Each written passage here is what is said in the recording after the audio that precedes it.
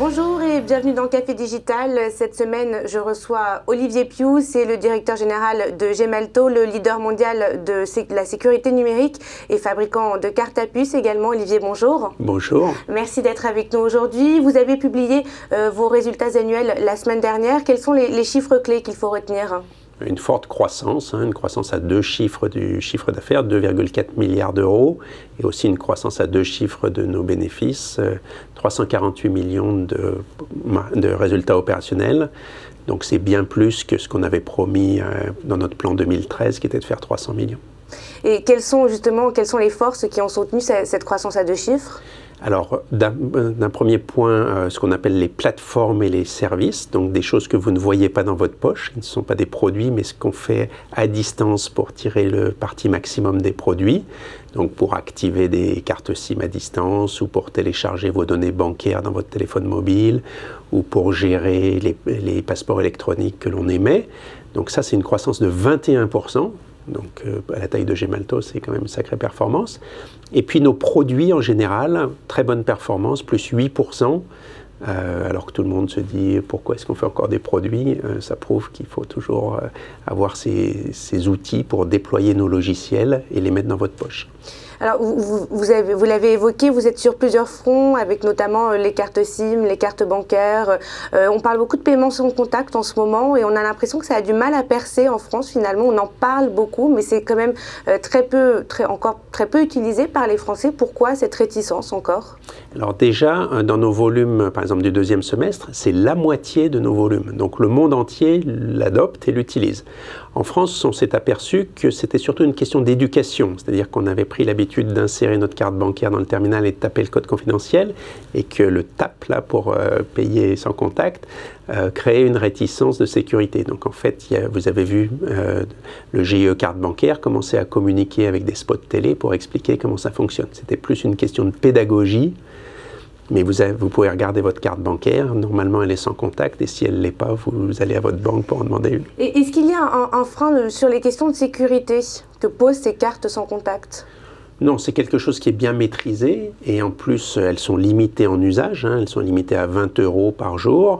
Et au bout de plusieurs transactions, si vous avez fait que du sans contact, on vous redemande de temps en temps votre code pour s'assurer que c'est toujours bien vous qui l'avez. Mais si 50 millions de Français perdaient leur carte pour 20 €, bon, ça ferait 1 milliard. Et l'affaire Kerviel a prouvé que l'économie française pouvait largement résister à ce genre de choses. On parle également de paiement sur mobile. Là encore, ce n'est pas quelque chose qui finalement qui est adopté aussi vite que prévu par les Français. Est-ce que c'est pour les mêmes raisons ?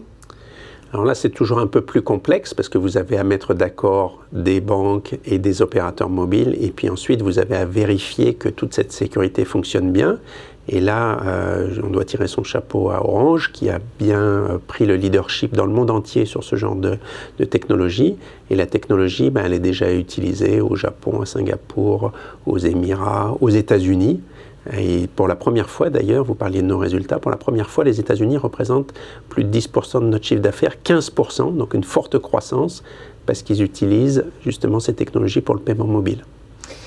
Pour parler d'un autre de vos secteurs, sur la sécurisation des données privées, personnelles, on voit dans l'actualité en ce moment beaucoup d'affaires d'espionnage. On a l'impression finalement que chaque citoyen est un mouchard potentiel. Comment est-ce que vous travaillez sur des solutions justement pour que des personnalités politiques, économiques puissent se protéger de ces mouchards potentiels ? Alors là, il faut bien distinguer plusieurs questions. Il y a l'espionnage au sens d'un État qui attaque un autre État pour... alors là, c'est des stratégies de défense. Et donc ça, c'est pas du tout notre métier. Nous sommes dans le civil, d'accord ? Donc nous protégeons vos données personnelles qui sont dans votre carte bancaire ou dans votre carte SIM. Donc ça, c'est notre métier. Mais comme nos produits, il faut qu'ils ne soient pas trop chers, il y a un compromis entre cette sécurité et cette protection. Donc on ne cherche pas à se défendre contre un État qui a quand même énormément de moyens quand il veut faire de la défense. Donc ça, c'est une première séparation qu'il faut bien faire. La deuxième séparation qu'il faut bien faire, c'est que si un service est gratuit, comme un service Google par exemple, eh bien c'est vous qui êtes devenu le produit, l'objet qui se vend. Donc les choses qui sont gratuites, réfléchissez bien parce que ça veut dire que vous donnez autre chose aux fournisseurs de services. Donc vous donnez vos données privées, vos habitudes à Google ou à d'autres. Et donc, les services gratuits ne sont pas toujours aussi gratuits qu'on le croit, et ça vaut le coup de payer peut-être un peu plus cher pour protéger sa vie privée. La solution désormais, donc, c'est de payer pour se protéger. Ce n'est plus acquis. Non, il y a des lois, bien sûr, et là, la France est très en avance.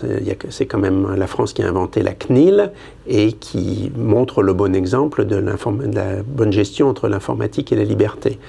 Par contre, ces choses-là ne sont pas forcément communément partagées, notamment dans le monde, et vous voyez des gens qui offrent des services gratuits en échange de connaître vos habitudes pour les revendre à des tiers.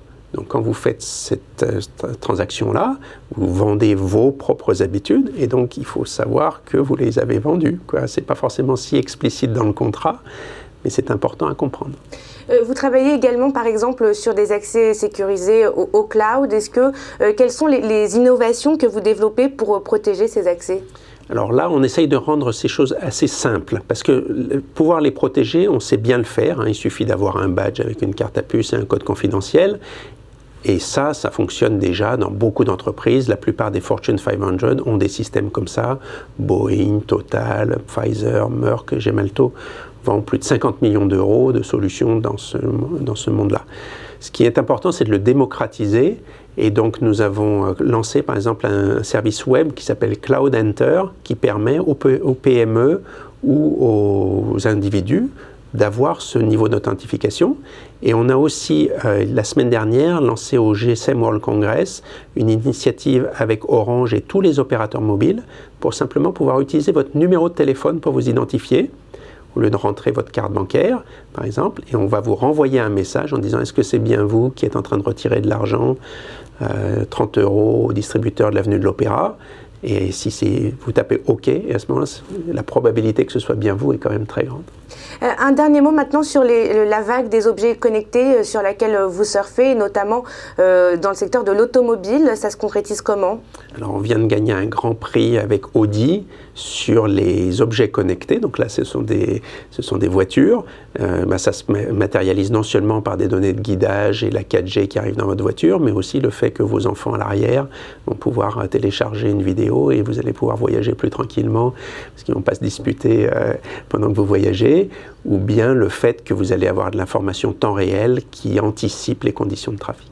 Est-ce qu'il y a d'autres secteurs qui vous intéressent toujours dans la vague des objets connectés ? Alors, il y a beaucoup de secteurs. En fait, nous sommes appelés pour faciliter cette connexion. Ça va depuis le suivi des containers jusqu'à la santé à domicile, de manière à pouvoir justement réduire les dépenses de santé. Un malade à la maison, ça coûte que 400 € par jour.